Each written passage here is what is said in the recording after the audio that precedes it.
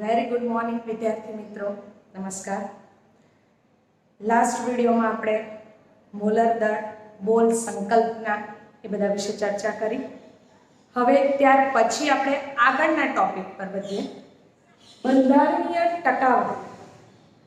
વિદ્યાર્થી મિત્રો, અત્યાર સુધી ફક્ત આપણે જે પણ તમને નમૂનો આપેલો હોય એ નમૂનામાં તત્વોની સંખ્યા સાથે ફક્ત સંકળાયેલા હતા.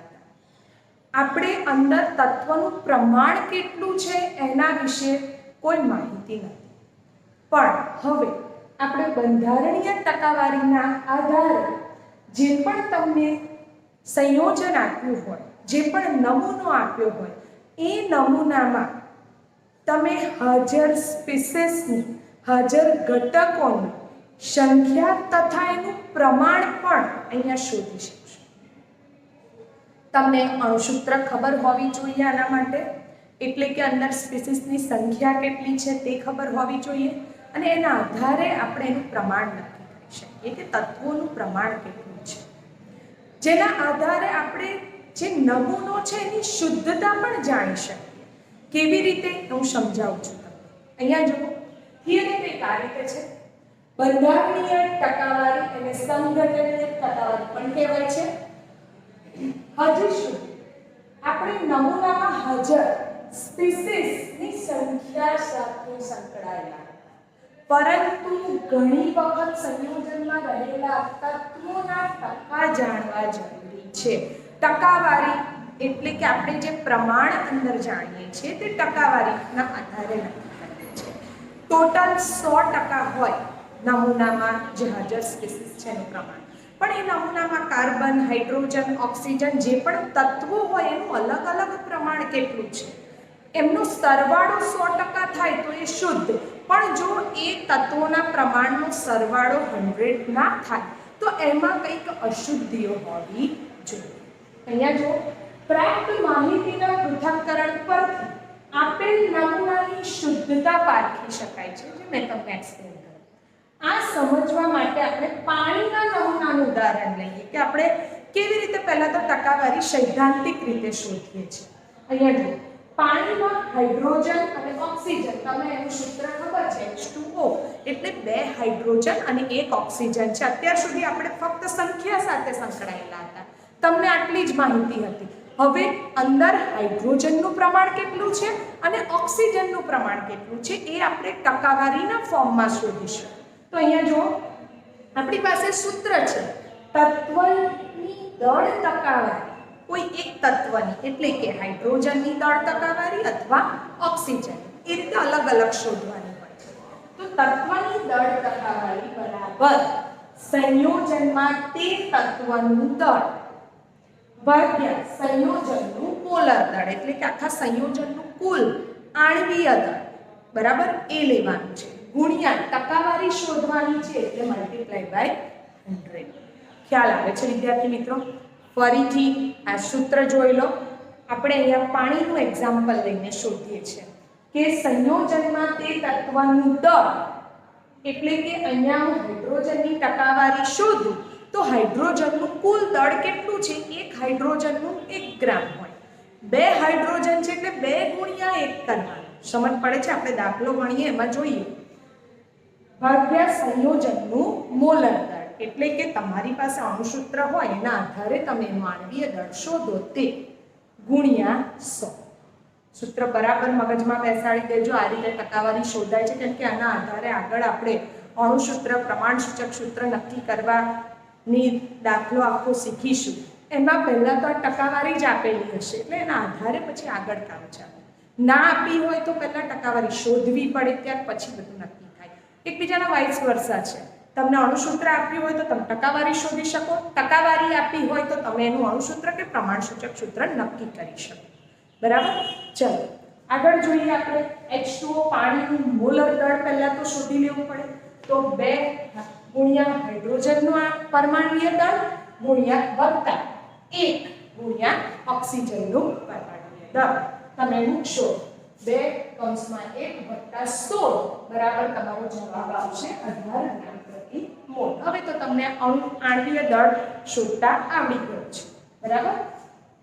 હાઇડ્રોજનની દળ ટકાવારી બરાબર સૂત્ર આવું મૂકીશું. કેટલી સંખ્યા છે હાઇડ્રોજનની અહીંયા?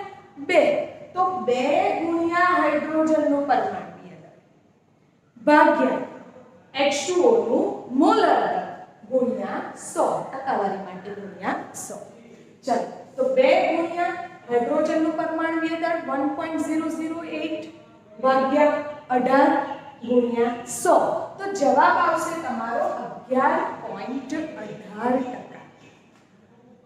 બરાબર. તો આ હાઇડ્રોજન H2O માં હાઇડ્રોજનની ટકાવારી તમને મળી ગઈ કે હાઇડ્રોજનનું પ્રમાણ 11.18% છે. ત્યાર પછી ઓક્સિજનનું દળ. ઓક્સિજનનું દળ બરાબર શું સૂત્ર મૂકશો? તો અહીંયા તમને કીધું છે સંયોજનમાં તે તત્વનું દળ, તો સંયોજનમાં ઓક્સિજનનું પરમાણુય દળ એટલે કે 1 ગુણ્યા ઓક્સિજનનું પરમાણુય દળ ભાગ્યા H2O નું મોલર દળ ગુણ્યા 100. તો જો 1 ગુણ્યા ઓક્સિજનનું પરમાણુય દળ 16 ભાગ્યા 18 ગુણ્યા 100 તો જવાબ તમારો આવશે 88.79%. બરાબર. હવે આપણે શું કરીશું? બંનેનો તમે સરવાળો કરો ને તો 100 જવાબ આવે. જો તમે 11.18 વત્તા 88.79 કરશો તો તમારો જવાબ 100 આવશે. મતલબ કે એકદમ શુદ્ધ છે, અંદર કશું શુદ્ધિ નથી. પણ આ તો પ્રાયોગિક રીતે નક્કી થતું હોય તો એમાં કોઈક વાર સરવાળો 100 ના પણ થાય તો જે બચે તે શું આપણે અશુદ્ધિ હોય એવું કહી શકીએ. એટલે શુદ્ધતા પણ નક્કી કરી શકાય છે. આ તો આપણે સૈદ્ધાંતિક કામ કર્યું છે એટલે સરવાળો 100 થવાનો જ છે. બરાબર. આપણે આગળ નેક્સ્ટ હજુ એક એક્ઝામ્પલ લઈને જોઈએ. બરાબર.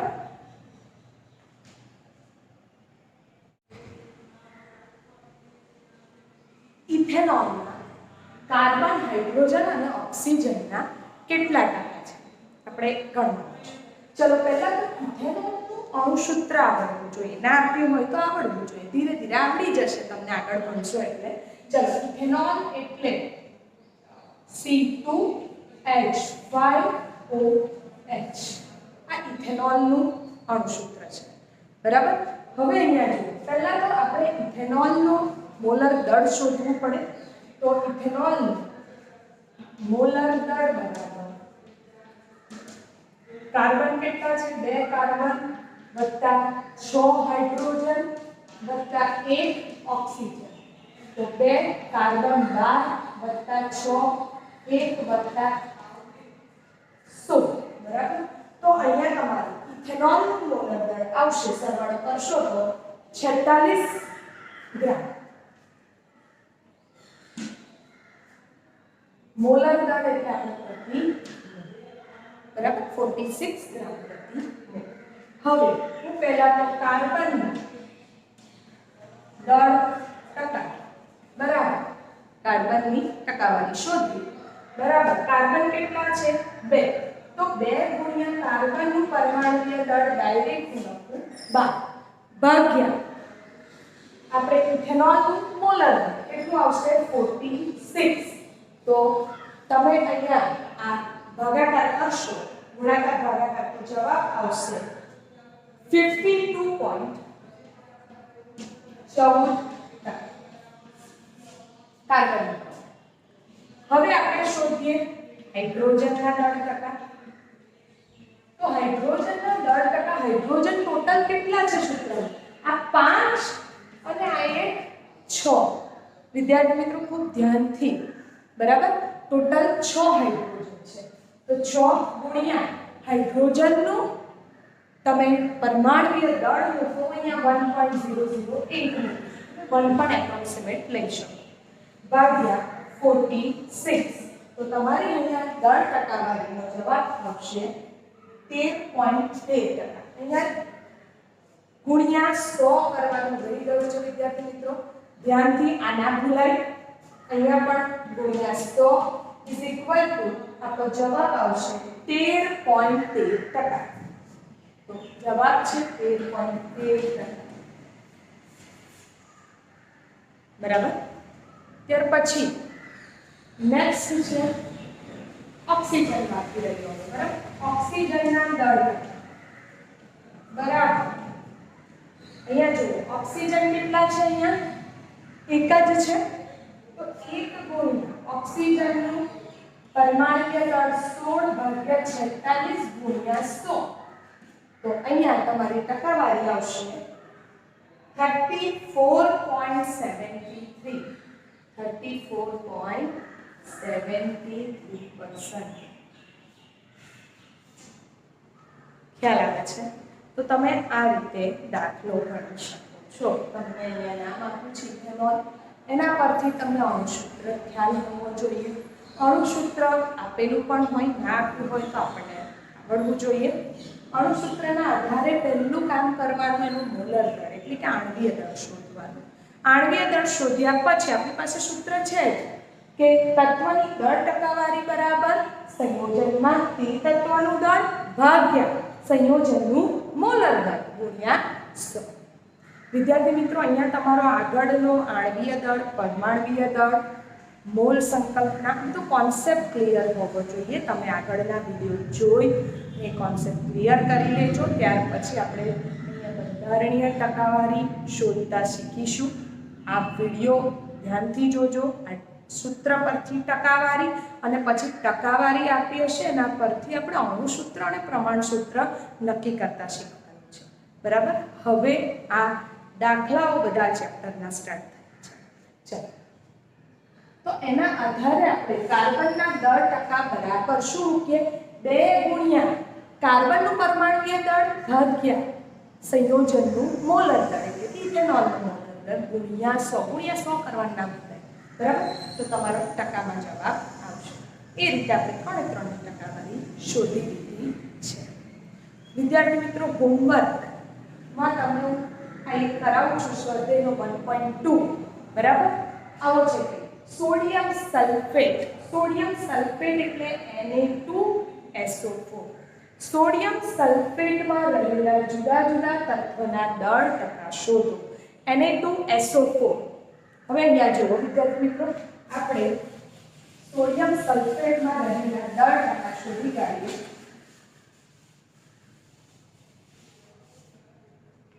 અહીંયા ધ્યાન આપો Na2SO4. પહેલા તો સોડિયમ સલ્ફેટનું મોલર દળ શોધો. હું તમને રીત બતાવી દઉં છું. Na2SO4 નું મોલર દળ નક્કી કરો. મોલર દળ માટે તમને સોડિયમ નું પરમાણુય દળ ખબર હોવી જોઈએ. સોડિયમનું પરમાણુય દળ છે 23 બરાબર. સલ્ફરનું ખબર હોવી જોઈએ 32 અને ઓક્સિજનનું ખબર હોવી જોઈએ 100 બરાબર. આના આધારે આપણે મોલર દળ શોધીએ તો જો 2 ગુણ્યા 23 સોડિયમ 2 છે એટલે સલ્ફર 1 ગુણ્યા 32 વત્તા ઓક્સિજન 4 ગુણ્યા 100. તો આ તમે સરવાળો ગુણાકાર કરો અને તમને Na2SO4 નું મોલર દળ મળી જશે. Na2SO4 નું મોલર દળ મળી ગયું. હવે આપણે સોડિયમના ટકા શોધવા છે. સોડિયમની ટકાવારી શોધીએ બરાબર. તો શું કરીશું? સોડિયમ કેટલા છે તે ગુણ્યા સોડિયમનું પરમાણુય દળ બરાબર. કેટલું લઈશું? સોડિયમનું પરમાણુય દળ 23 ભાગ્યા Na2SO4 નું મોલર દળ જે શોધશો ને તમે અહીંયા આ શોધીએ ને તે લખવાનું ગુણ્યા 100. તો તમારો જવાબ ટકાવારીમાં આવી જશે. તમારે જાતે કરવાનું છે. હું તમને મેથડ બતાવું છું. ત્યાર પછી આપણે સલ્ફરના ટકા શોધીએ. તો શું કરીશું? સલ્ફર એક જ છે. 1 ગુણ્યા સલ્ફરનો પરમાણુય દળ કેટલું લેશો? મેં તમને કહી દીધું 32 ભાગ્યા Na2SO4 નું મોલર દળ જે અહીંયા શોધીશું તે મૂકીશું ગુણ્યા 100. તો તમને સલ્ફરની ટકાવારી મળી જશે બરાબર. ત્યાર પછી ઓક્સિજન. ઓક્સિજન કેટલા છે? ઓક્સિજન તમારા 4 છે બરાબર. તો પહેલા સંખ્યા 4 ગુણ્યા ઓક્સિજનનું પરમાણુય દળ ભાગ્યા Na2SO4 નું મોલર દળ ગુણ્યા 100. તો તમને અહીંયા ઓક્સિજનની દળ ટકાવારી મળશે. તો આ રીતે તમે હોમવર્કમાં સ્વાધ્યાય 1.2 ચેક કરશો. ત્યાર પછી બીજા મેં એક્સ્ટ્રા તમને 2 આપ્યા છે. ગ્લુકોઝમાં રહેલા તત્વોના દળ ટકાનો હું કહી દઉં તો ગ્લુકોઝનું અણુસૂત્ર આવડવું જોઈએ. C6H12O6. 6 કાર્બન છે, 12 હાઇડ્રોજન છે અને 6 ઓક્સિજન છે. એટલે કાર્બનનું પરમાણુય દળ તમને ખબર છે 12, હાઇડ્રોજનનો 1 અને ઓક્સિજનનો 16. વિદ્યાર્થી મિત્રો આ રીતે ગણાય.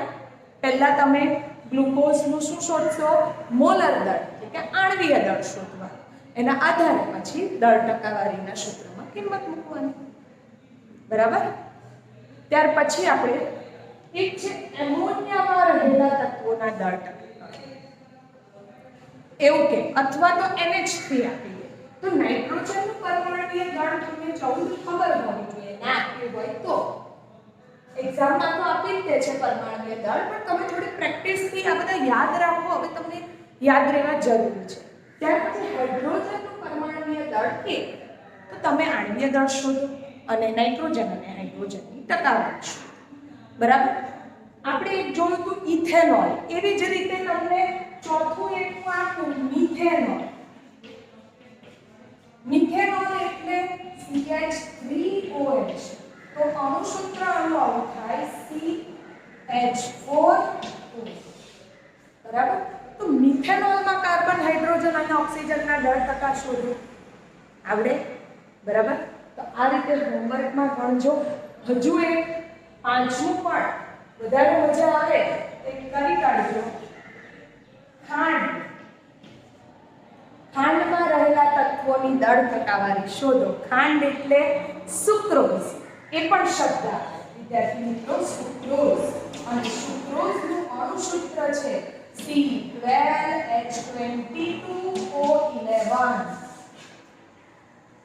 અને કાર્બન, હાઇડ્રોજન અને ઓક્સિજનના પરમાણુય દળ તમને ખબર જ છે.